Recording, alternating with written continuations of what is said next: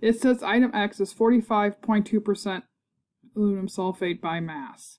Item X is 45.2% aluminum sulfate by mass.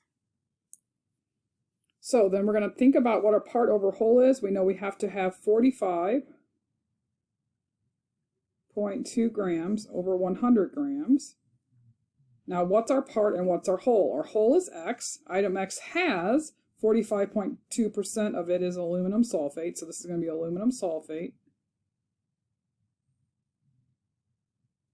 So there's my relationship. If you read this, item X is 45.2% aluminum sulfate. So 45.2, this is a decimal here, grams in every 100 grams of X. So X possesses this much aluminum sulfate. So that's my part over my whole.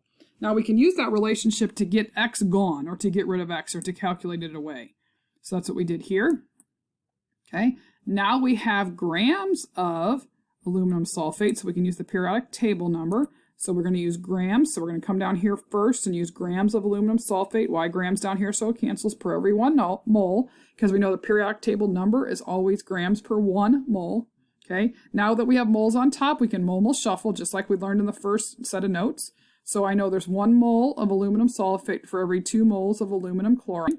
Okay, then going on, once we get moles of aluminum chloride, now I can use the periodic table number to get grams of aluminum chloride, because remember, we're trying to get to liters. In order to get to volume, we have to get to mass. Our pathway between mass and volume is density. So if I have one, I can get to the other if I have the density. Now I need to get to liters, so I got to get to mass and use density to get there. I can use the periodic table first, though, to go from moles to grams. Then I can use the density of aluminum chloride. Let's find that. That is right here. Let's talk about how that's written again, just as a review, because I know my kids struggle the most with this. So this is going to be 2.48 grams / 1 centimeters cubed. Remember, this slash says this is underneath with a 1. So that's how my relationship is, but I got to flip it to cancel units, right? The rule is that the 2.48 grams must stay with grams, and the 1 centimeter cube has to stay together. So I flip this, because that's the relationship. Remember the 12 inches to a foot, 1 foot equals 12 inches analogy there, or relationship. And so now I have centimeters cubed, but I need liters. So to get to liters, I got to take the fact that I know there's 1 centimeter cubed for every 1 milliliter. There's always 1 centimeter cubed of anything per 1 milliliter. And then there's 1,000 milliliters of anything per liter. Once we do that, we'll get this with 3 sig figs. Okay, looking at example 6C. Here we have example 6C.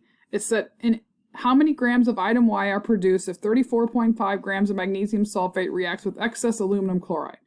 Okay, so we know we have item Y is 21% magnesium chloride by mass. We have a density, we have another density, and we have a third density. Okay, so we have a mass, a percent, and 3 densities. Remember, every problem must start with a mass, a volume, or a mole, so we know we're going to start with magnesium sulfate.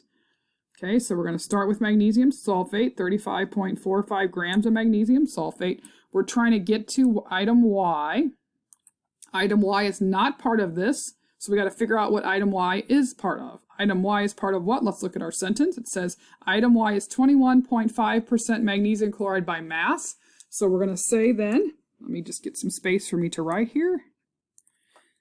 We can then say that we have, again, just like we kind of did before, 21.5 grams. That's my percent over 100 grams. So now this is a percent. Not even thinking about anything else. This is 21.5 by 100. I got 21.5%. Now, what's my part? What's my whole? Let's talk about what our part and what our whole is. We know that Y possesses magnesium chloride, so that's my part. My whole is Y. Okay, so 21 grams of magnesium chloride for 100 grams of Y. That's a relationship that I may need. I'm going to keep that there just in case I need it. We've got to get rid of and get to item Y. To get to Y, we have to get to magnesium chloride first, because that's the relationship between Y and magnesium chloride there. So in order to get to Y, we got to get to magnesium chloride. So we got to go from magnesium sulfate to magnesium chloride. I know I can start with magnesium sulfate because it told me that aluminum chloride was in excess. Okay, so we're going to use the periodic table number to get out of magnesium sulfate grams and into moles. Periodic table number, now I have moles on top, I can mole shuffle. I'm going from magnesium sulfate, so it cancels, to magnesium chloride. And then I can use the fact that I know the periodic table number for magnesium chloride. So now I'm getting to grams of magnesium chloride. That's what I needed to get to Y.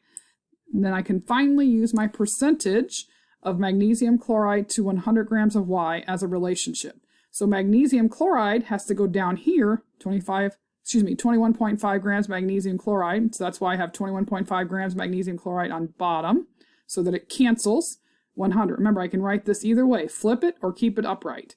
So I had to flip it so that units would cancel, because I cannot change what goes with 100, what goes with 21. Otherwise, I wouldn't have the right percentage. So if you notice, grams of magnesium sulfate cancel, moles of magnesium sulfate cancel, moles of magnesium chloride cancel, grams of magnesium chloride cancel, leaving me left with grams of Y. I have finished. Notice in this problem, I gave you densities, you didn't need them. That can happen in problems. If you do this math, you should get 127 grams with 3 sig figs. That concludes our notes for example 6.